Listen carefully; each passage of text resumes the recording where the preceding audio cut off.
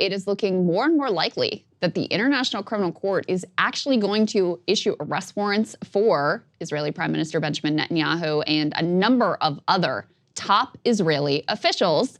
So the U.S. has decided to involve themselves in an attempt to stop this process. Let's put this up on the screen. This is a report specifically from the Times of Israel, but there were a number of reports across Israeli media. So according to those reports, the U.S. is part of a, quote, last-ditch diplomatic effort, in other words, threats, to prevent the ICC from issuing arrest warrants against Netanyahu and other Israeli officials.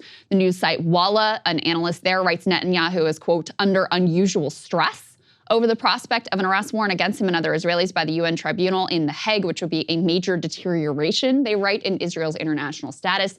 Netanyahu is leading a, quote, nonstop push over the telephone to prevent that arrest warrant and has focused especially on U.S. President Joe Biden. Another Israeli media analyst, Haaretz Amos Harel, writes that the Israeli government is working under the assumption that the ICC's prosecutor may this week issue warrants for Netanyahu, Defense Minister Yoav Gallant, and IDF Chief of Staff Herzi Halevi. Netanyahu's latest public statement about the war said forthcoming decisions by the ICC could set a, quote, dangerous precedent. And he also said, we will never stop defending ourselves, whereas decisions of the court in The Hague will not affect Israel's actions. They would be a dangerous precedent, threatening the soldiers and officials of any democracy fighting criminal terrorism and aggression.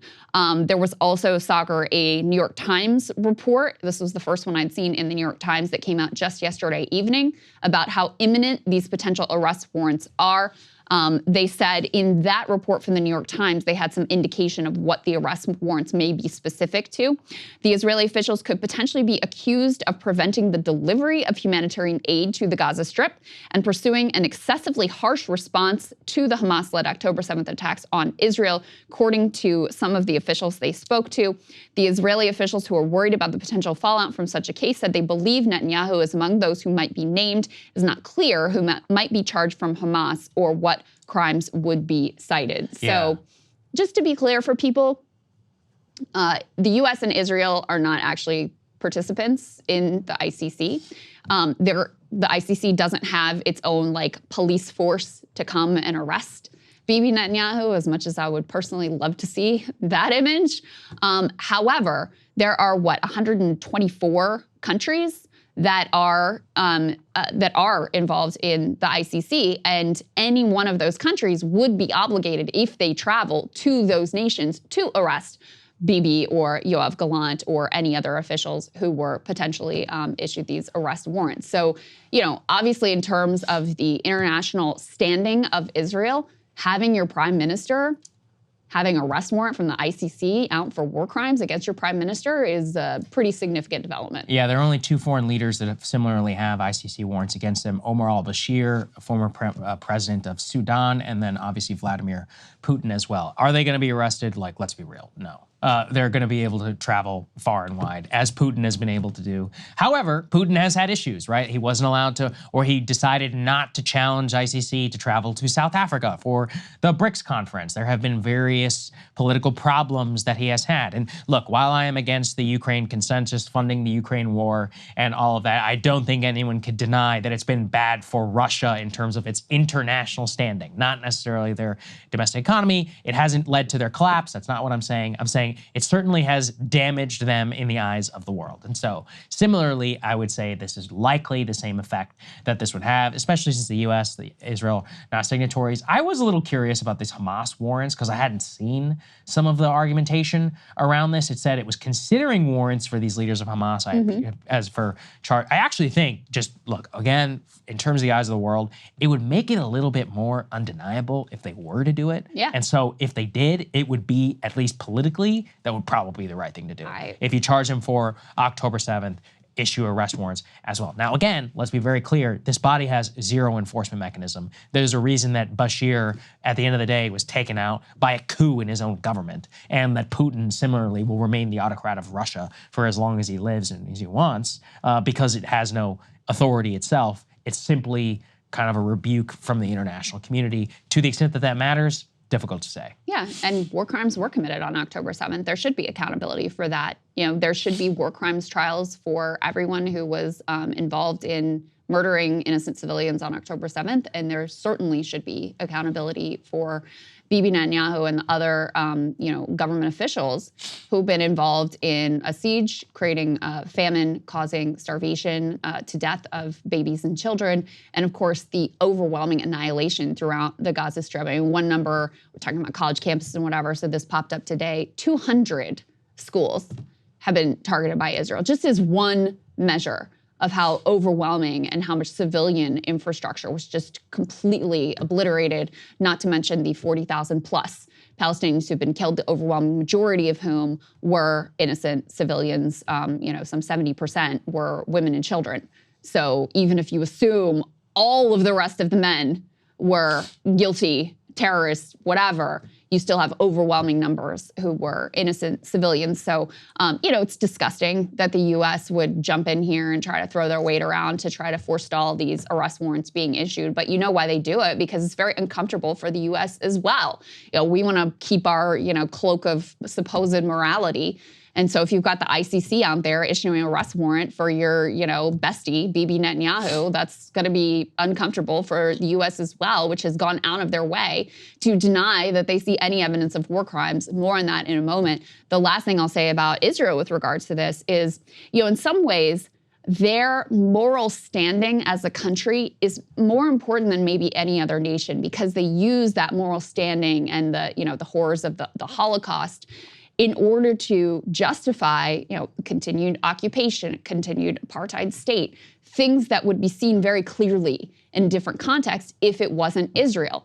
This is used from a propaganda standpoint to justify this entire state, the way that they operate across administrations outside of just Bibi Netanyahu.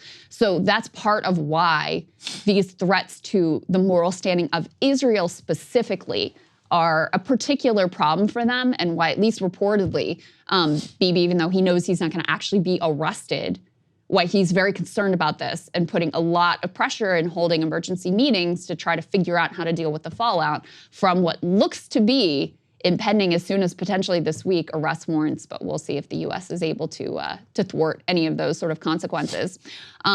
We have some exclusive polling that is highly relevant to this discussion of Israel's conduct in the Gaza Strip.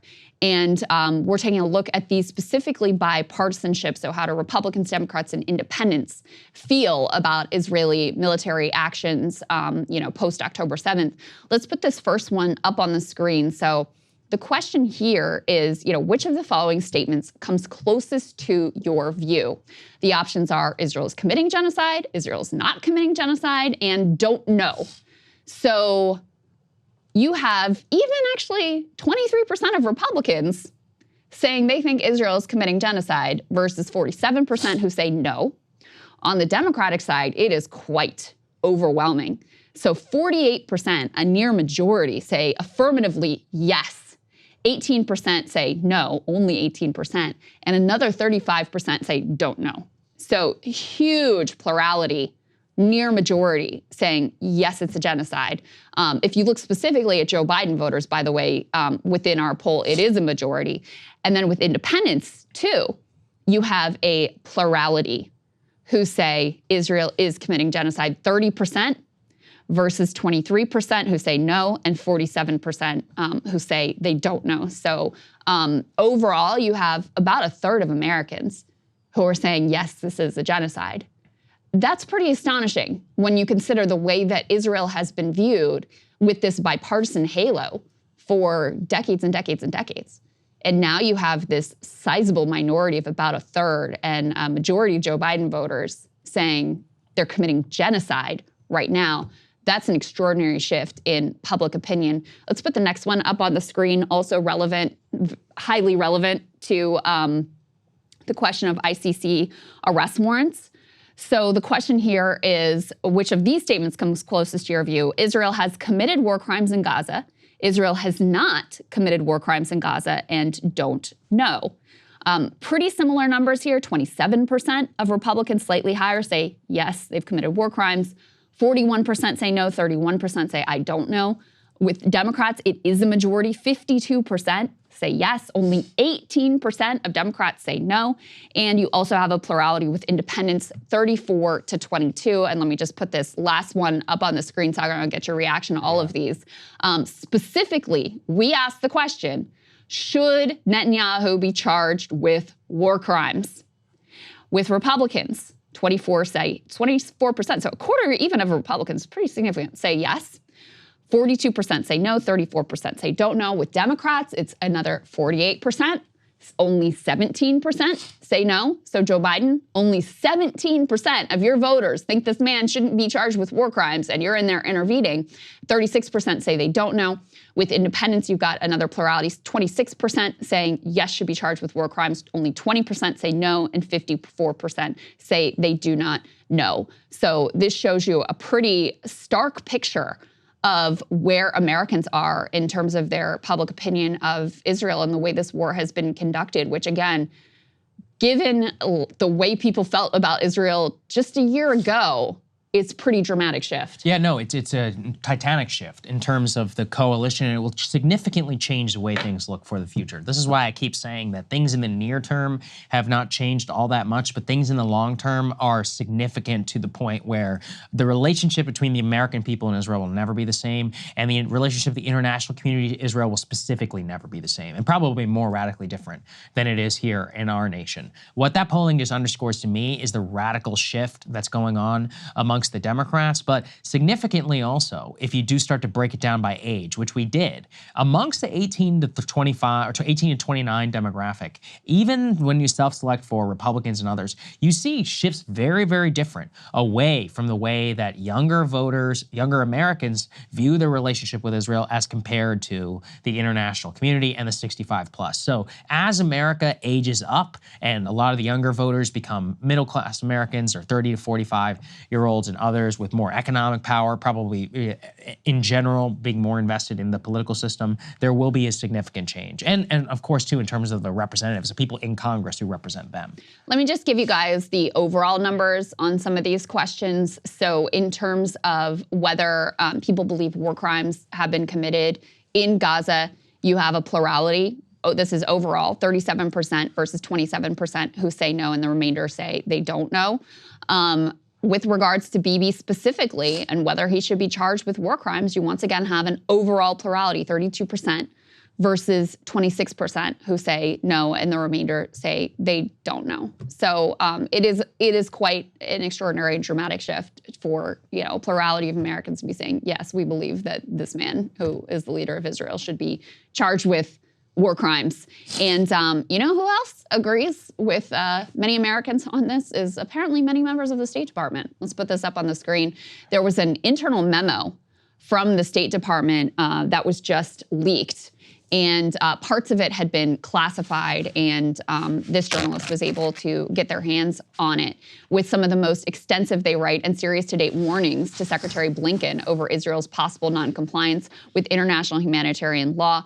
Go on to the next piece for some of the details here. So they say a joint submission from 4 bureaus, Democracy, Human Rights and Labor, Population, Refugees and Migration, Global Criminal Justice, and International Organization Affairs raised, quote, serious concerns over noncompliance with international humanitarian law in Israel's conduct of the Gaza war. The assessment from the 4 bureaus said Israel's assurances were, quote, neither credible nor reliable. You don't say. Cited 8 examples of Israeli military actions officials said raise serious questions about potential violations of international humanitarian law.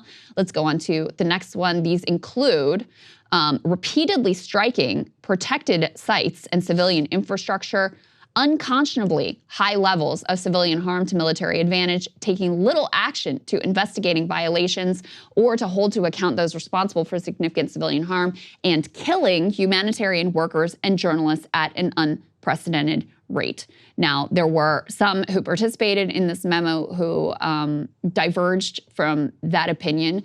But Saagar, this is important for a variety of reasons, but most specifically because it suggests that the State Department is, all these shipments of weapons are in direct contravention of U.S. law, and that Tony Blinken has on his desk information that indicates that he is specifically himself violating U.S. law in order to continue shipping these weapons to Israel. Yeah, the Leahy Law and the humanitarian violation is a significant problem for them, especially as a lot of the evidence in this stuff mounts. This is particularly why they're working against the ICC and against a lot of the memos and other evidence they have on their own desk, because it puts them in a bind where they either have to comply with U.S. law or don't. We've already had this instance where they were supposed to sanction that IDF battalion based upon a previous report that was pre-October 7th and some of its conduct. They said they were going to do it, or they indicated they were going to do it, but then Netanyahu and the speaker freaked out, and it has yet to materialize. But, you know, it's not the end of that, though, because if the law and all of that exists, it's either going to leak or it's going to go towards Congress, and people can ask questions about that. But that would also require Congress asking the administration why it's not doing its job. And to actually do something. I mean, you know, some of these people who claimed that they, you know, understood that Israel was blocking humanitarian aid and was very likely in contravention of the Leahy Law, then just turn around and still vote for the weapons. So it requires, this memo, I believe, was prepared because Congress was pressing on exactly this issue.